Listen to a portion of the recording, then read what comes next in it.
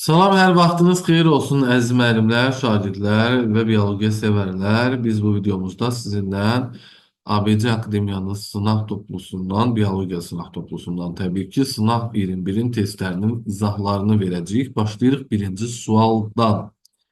Deyir ki, aybaşı sikli 28 gün davam edən yetkin qadın orqanizmində sarı cisim qana maksimum 182 gün hormon ifraz etmiştir.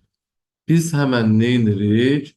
182'ni bölürük 14 güne. Çünkü bir sikl zamanı ne baş vermiş olur? Sarı cisim qana 14 gün hormon sintezi. Bu da bizde ne kadar eləmiş olur? 13 sikl eləmiş olur. 13 sikl etmiş olur. Ve bu da 13 sikl da 28 günden hesaplayanda bir il ərzində deməkdir. Ve bize diyor ki bu zaman sol yumurtalığın yetişme zonasının sonunda əmələ gələn minimum neçə yönəldici cisimcik gametle eyni cinsiyet xromosomunu daşıyır. Zaten ne kadar yönəldici cisimcik əmələ gəlirsə gəlsin, qadın orqanizmi homogamet olduğuna göre hamısı yumurta hüceyrə ilə eyni cinsiyet xromosomunu daşımış olacaq. Yəni gametle. Sol yumurtalıq dediyinə görə və minimum istədiyinə görə bir il ərzində 13 dəfənin 6'sını sola verirəm, 7'sini də sağ yumurtalıqda əmələ gəlir şəklində götürürəm. Yəni 6 dəfə ovülyasiya baş verib, 6 sikl sol yumurtalıqda baş verib, 6 gamet əmələ gəlib və bundan 3 dəfə çox, yəni 18 dənə də yönəltici cisimcik əmələ gəlib ki, bunların da hamısı neyniyəcək? Oxşayacaq yumurta hüceyrəyə. Cinsiyet xromosomuna göre cevabımız D bəndi olur bizim birinci sualda. İkinci sualda toyuğun somatik hücrəsində xromosom müxtəlifliyi n olarsa, gametin autosom xromosom sayı neçə olar? İndi toyuğun somatik hücrəsinin xromosom sayı toyuq heterogametdir. Haploid saydan bir ədəd çoxdur. Gametin autosom xromosom müxtəlifliyi isə xromosom sayı ise gametinde atosom xromosom sayı haploid sayıdan bir adet azdır. Bunlar arasında ne kadar fark var? Biri haploidden bir adet çok, biri bir adet az. Tabii ki iki adet fark olduğuna göre cevabımız en çıxısı 2 şeklinde götürülecek. B bəndi. Üçüncü sualda meyoz zamanı bir hüceyrədə iki xromatlı xromosomların qütblərə çəkilməsindən əmələ gələn hüceyrələrdə cəmi 36 xromosom var. İki xromatlı xromosomlar birinci anafazda qütblərə çəkilir və birinci telefazada iki hüceyrə əmələ gəlir ki, bundan bu iki hüceyrələrin hər biri haploid xromosom dəstinə malik olur və bunlarda cəmi 36 dənə xromosom var.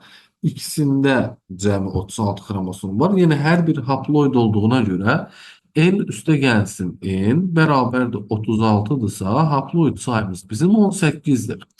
Görək bizdən nə istəyəcək? Bu canlının somatik hüceyrəsinin bölünməsi zamanı anafaza mərhələsində neçə xromosom olar?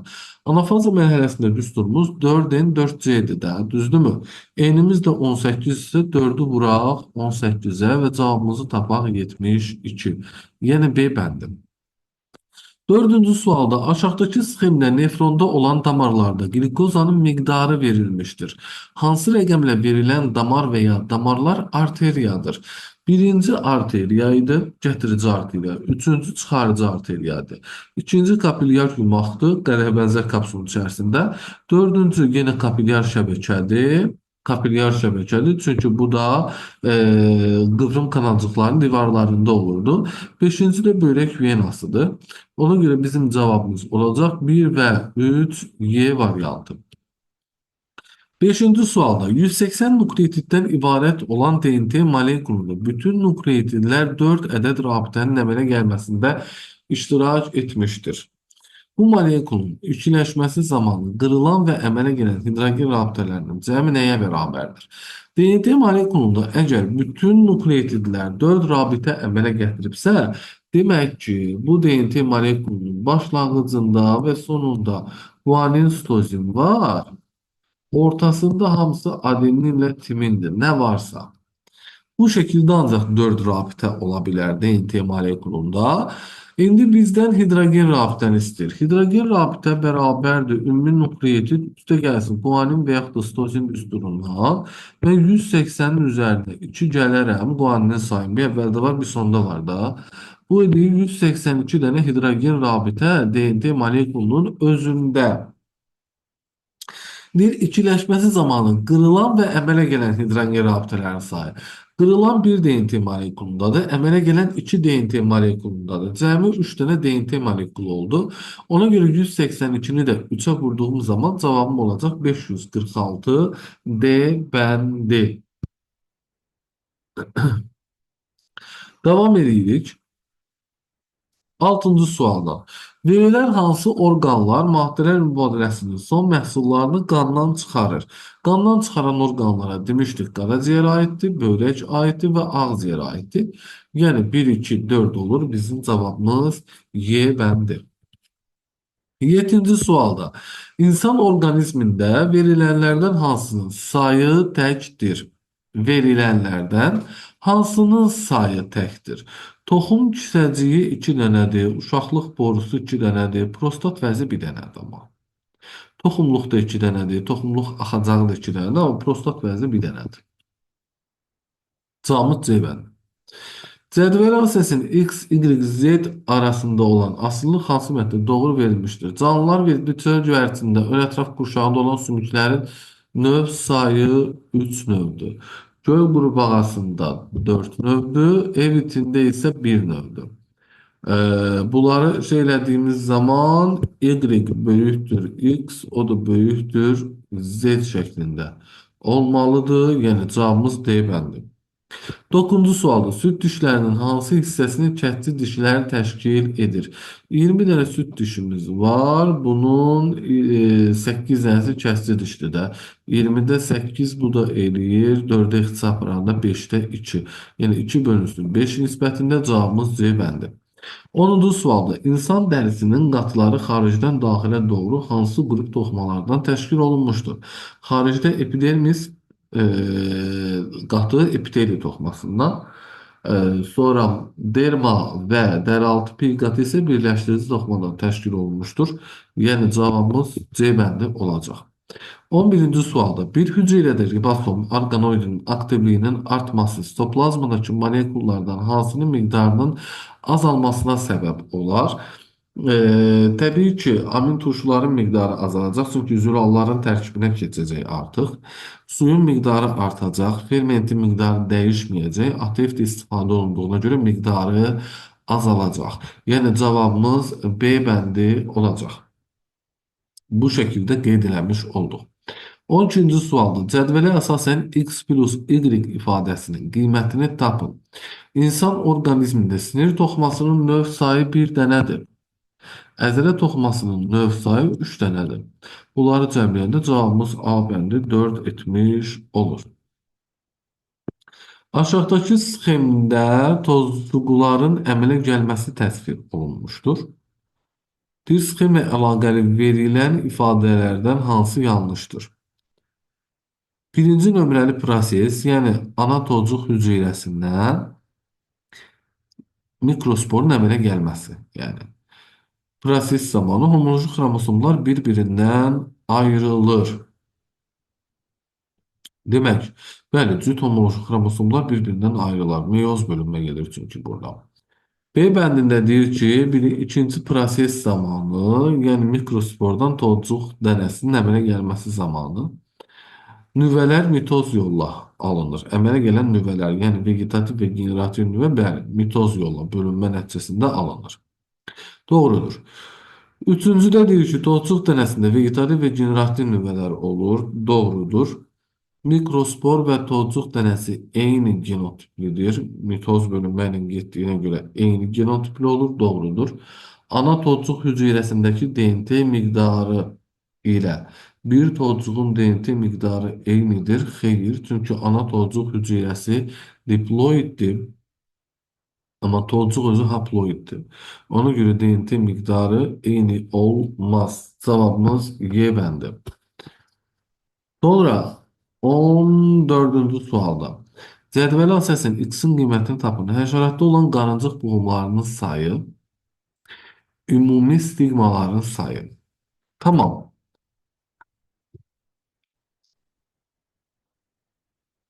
Qadıncıq qohumlarından bircə dənə sonuncusunda stigma, yəni nəfəsgah olmur da. Ona görə N-dən çıxacaq biri. Və döş boğumlarından da ikisində, ikinci və üçüncü boğumda stigma var idi. Onu da üzərinə gəldim. Bu elədin hə, en üstə gəlsin bir. Və hər bu boğumların hər birində iki dənə də sinir stigma var. Ona görə bunu da bu şəkildə yazanda 2n üstə gəlsin 2 olmuş olacaq. Yəni cavabımız D bəndi. 15-ci sualda iki diheterozigot sarı hamar noxudların çarpazlaşmasında yalnız bir əlamətə görə dominant olan fərdlər salamat qalarsa genotip nisbəti necə olar? Bir əlamətə görə dominant olan fərdlər hansılardır? Gəlin onlara indi baxaq. Çarpazlaşdırma aparmayacağım. Sadəcə genotipləri yazacağım. 4 dənə böyük A, kiçik A, böyük B, kiçik B. 2 dənə böyük A, kiçik A, böyük B, böyük B. 2 dənə böyük A, kiçik B, kiçik B. 2 dənə böyük A, böyük B, kiçik B. 2 dənə kiçik A, böyük B, kiçik B. Sonra bir dənə böyük A, böyük B, böyük B. Bir dənə böyük A, kiçik B, kiçik B. Bir dənə kiçik A, böyük B, böyük B. Bir dənə də kiçik A, kiçik B, kiçik B. Bunlara baxdığımız zaman iki dənə bax budur. İki dənə bax budur, bir əlamətə görə dominant olan. Bir dənə budur və bir dənə də budur. Bunlar da salamat qalsın. Nisbətimiz neçə olacaq? 2, 2, 1, 1. Yəni cavabımız B bəndi götürüləcək 15-ci sualda. 16-cı sualda. Qametində 3 autosom xromosom olan bir məməli heyvanın hüceyrəsinin meyoz birinin bölünməsinin metafaza mərhələsində uyğun sxem hansıdır? Qamet haploiddir. 3 dənə autosom varsa, bir dənə də cinsiyyət xromosom var. Yəni qametdə 4 dənə xromosom olur. Birinci metafazda enimiz 4-dürsə, 2 enimiz 8-ə bərabərdir və birinci metafazda xromosom sayı diploid olur, 2 en olur. Yəni burada da 8 dənə xromosom olub, ekvator boyunca cüt-cüt düzülən xromosomlar hansılardır? A bəndində verilən. 17-ci sualda bir DNT molekulunun kimyəvi tərkibinə daxil olan bəzi komponentlərin miqdarı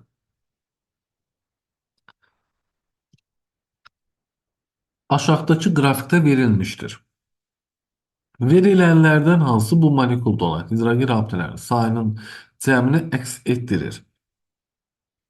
Bax, gəlin yoxlama aparaq. Burada yoxlama aparmalıyıq. X-a guanin desəm, Y-ə adenin desəm, Z-də də ümumi nukleotid desəm. Düzdür? Guaninin sayı sitozinə bərabər olduğuna görə A plus A edir 2A. Adenin də sayı timinə bərabər olduğuna görə 2A plus 2A edir 4A.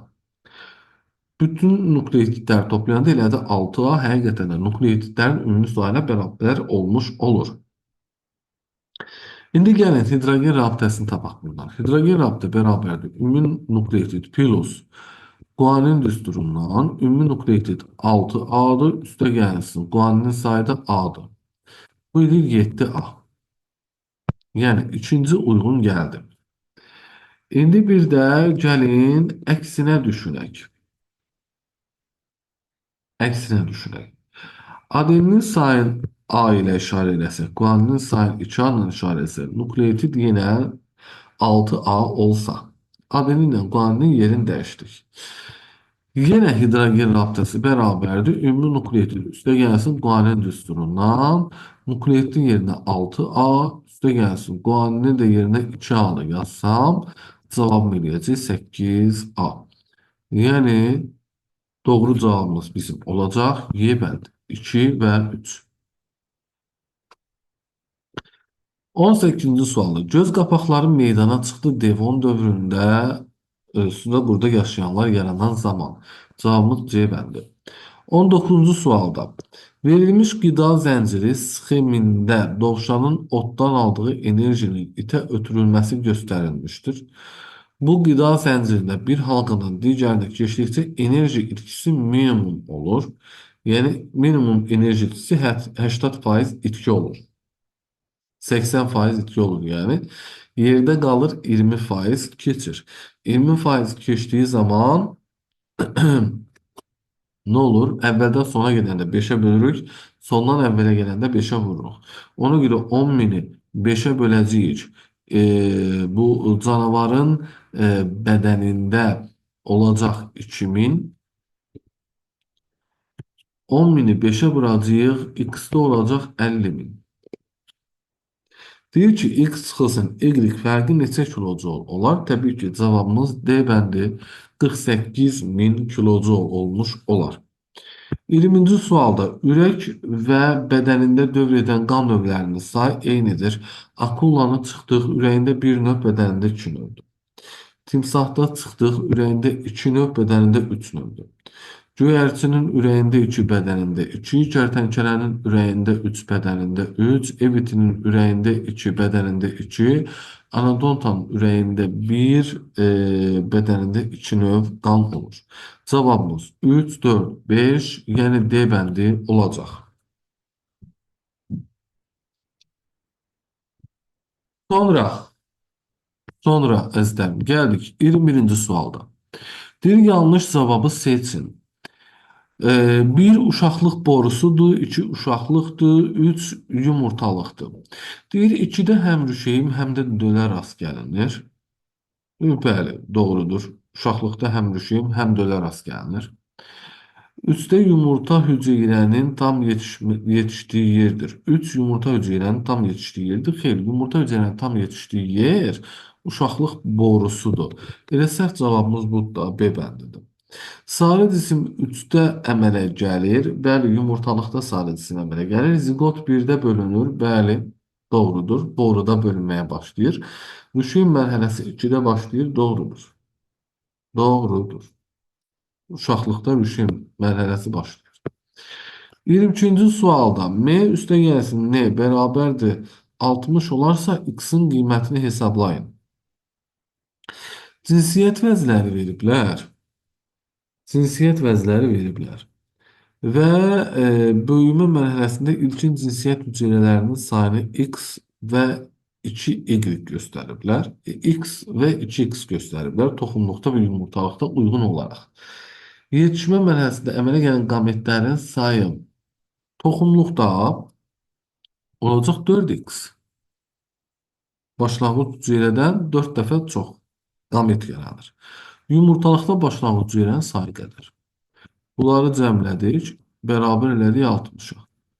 6x bərabərdir 60. X də bərabərdir 10'a. Düzdür? X-in qiymətini hesablayındır. X-i tapdıqda qiymətini 10. Cavabımız A bəndi. 23-cü sualda insanın cinsiyyət vəzlərində qametogenez zamanı hansı mərhələ və ya mərhələlərdə haploid xromosomlu hüceyrələr ola bilər?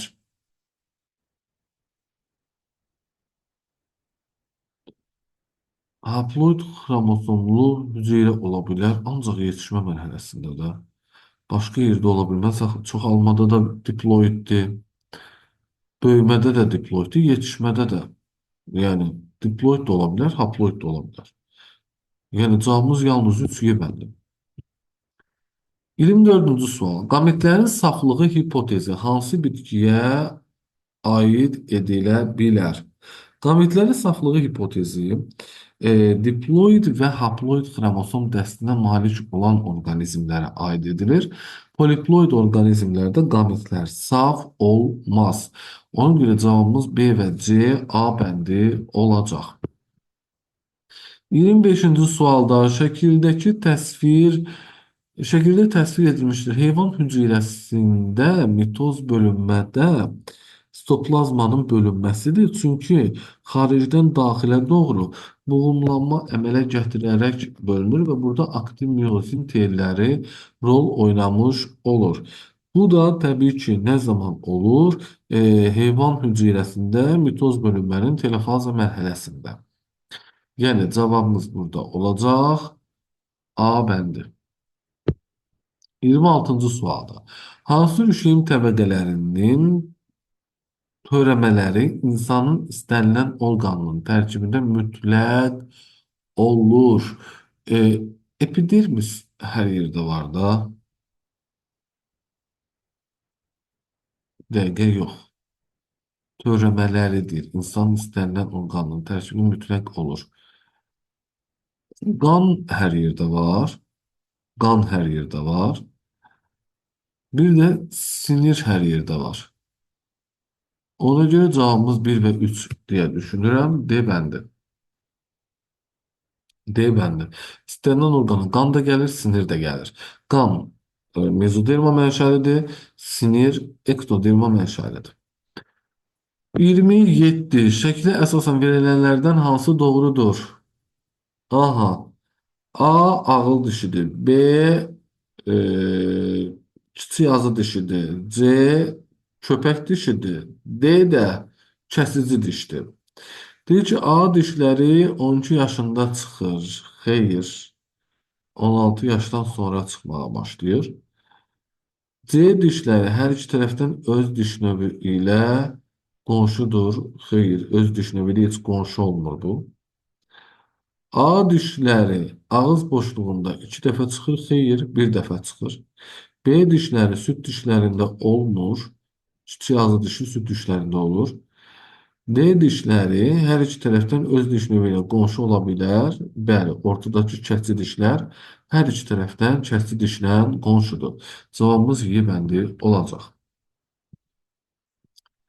28-ci sual. Hansı geoloji dövrdən etibarən canlılar aləminin hər birinin nümayəndəsi quruda rast gəlindi? Demək, bakteriyalar proterozoida çıxdı quruya.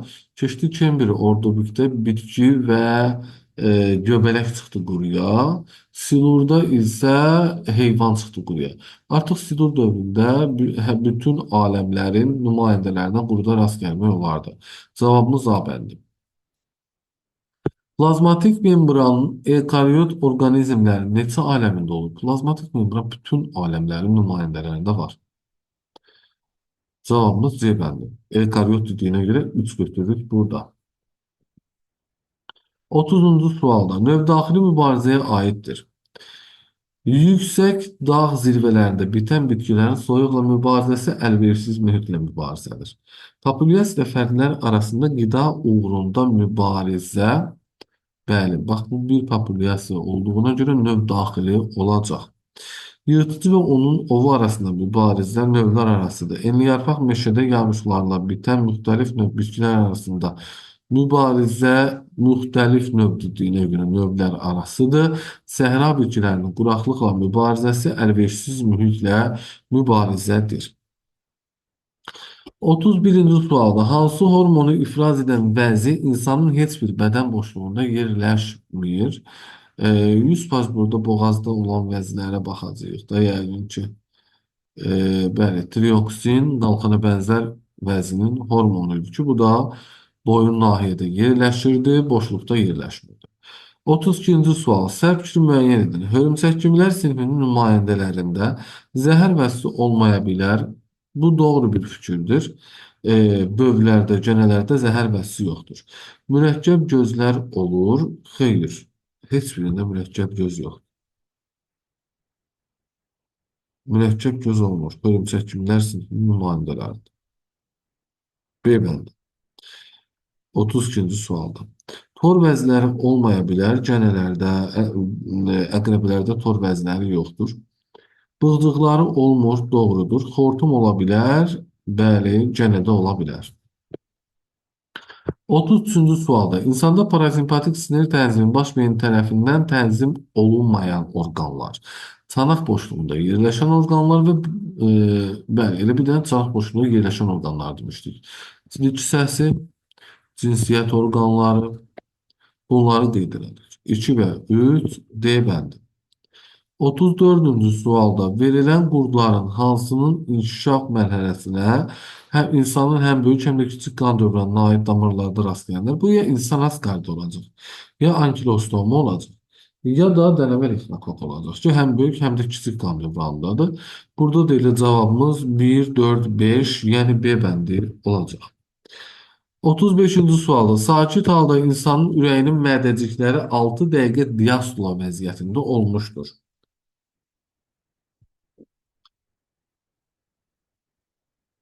Normalda 0,8 saniyədə 0,5 saniyə diastola vəziyyəti var.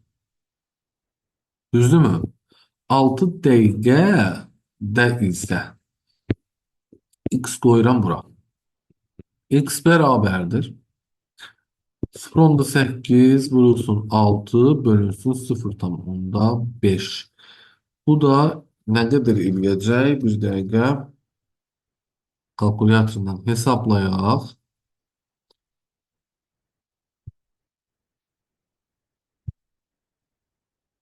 Aha, 9,6 dəqiqə. X bərabərdir 9,6 dəqiqə.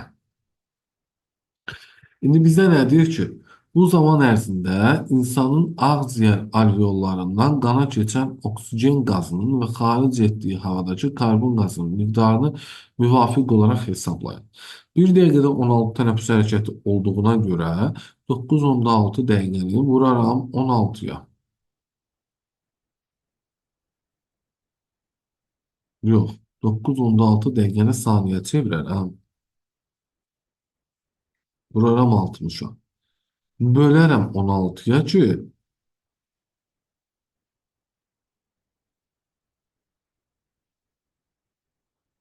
burada bircə dəqiqə. 9,6 dəqiqə. Bu elədi 576 saniyə. Bir dəqiqə 576 saniyə. İndi deməli 576 saniyə. Düzdürmü?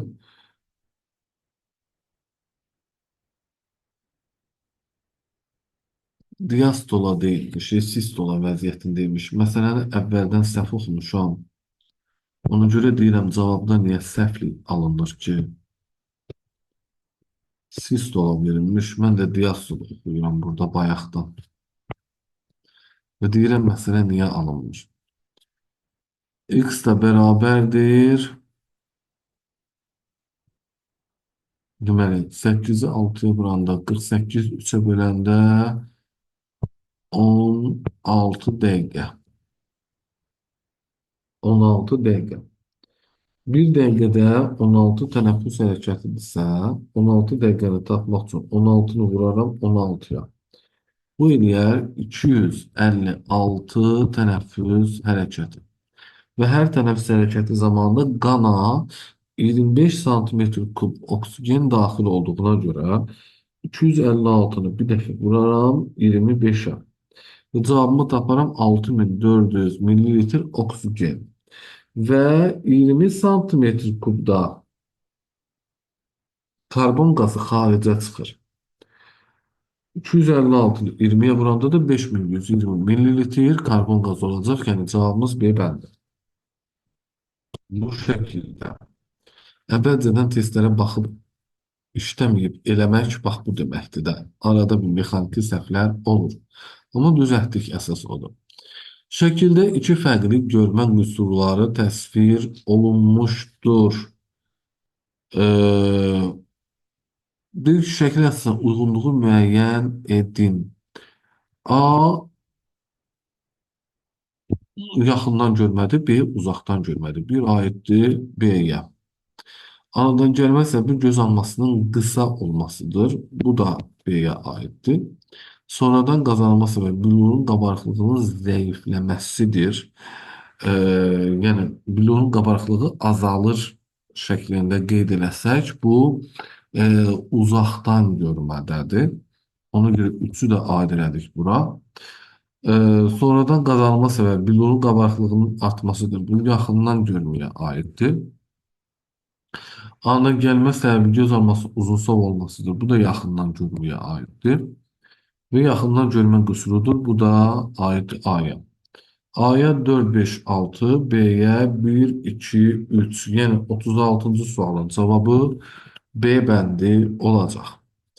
37-ci sualda nə verib bizə? Şəkildə quruluşu verilən damar hansı ola bilər? Birinci, burada aypara qapaqlar var damarın içərisində. Görürsünüzmü? Qanın axma istiqaməti və burada da skelet əzələlərdə rol oynayır. Yığılıb boşalması nəticəsində qanın hərəkətinə. Demək ki, bu arteriya vena damarlarıdır. Cavabımız D bəndi olmuş olacaq. May böcəyinin qolcuqları hansı struktura birləşir? Alt çənə və alt dodağa birləşir. 3 və 4 cavabımız C bəndi olacaq. 39-cu sualda kütləvi seçmə üçün doğru olan fikri göstərin. Nəslin genotipi nəzərə alınmır. Bəli, kütləvi seçmədə nəslin genotipi nəzərə alınmaz. Cavabımız A bəndidir. Körtəbil seçmə formasıdır. Xeyr, metodiki seçmədir. Öz-özünə tozlanan bitkilərə deyil, çarpaz tozlanan bitkilərə tətbiq edilir. Əsasən homozigot genotipi fərdlərin əmələ gəlməsinə səbəb olur. Xeyr, heterozigot genotipi fərdlərin əmələ gəlməsinə səbəb olur. Bu seçmə ilə əsasən saf xətlər alınır. Xeyr, heterozigot fərdlər alınır. Gəldik 40-cı suala. Müəyyən sayda yaşıl evqrenlərdə olan xromatoforların maksimum sayı 125 ədəddir. Maksimum sayı deyirsə 25 xromatofordan hesablama aparacağıq. Aha, bu yaşıl evqrenlərdə olan nüvə və qırmızı gölcüklərin sayını müəyyən edin. 125-i böləcəyik 25-ə. Bu eləyəcək 5 dənə evqren. Nüvə qırmızı gölcükdə hərəsində bir dənə də 5 dənə nüvə olacaq, 5 dənə qırmızı gölcük olacaq. Sayın cəmi nə olacaq? C bəndi 10 olmuş olacaq. Belə əzizlərim, bu dəfəki video izahlarımızdan da bu qədər. Sağ olun, hələlik.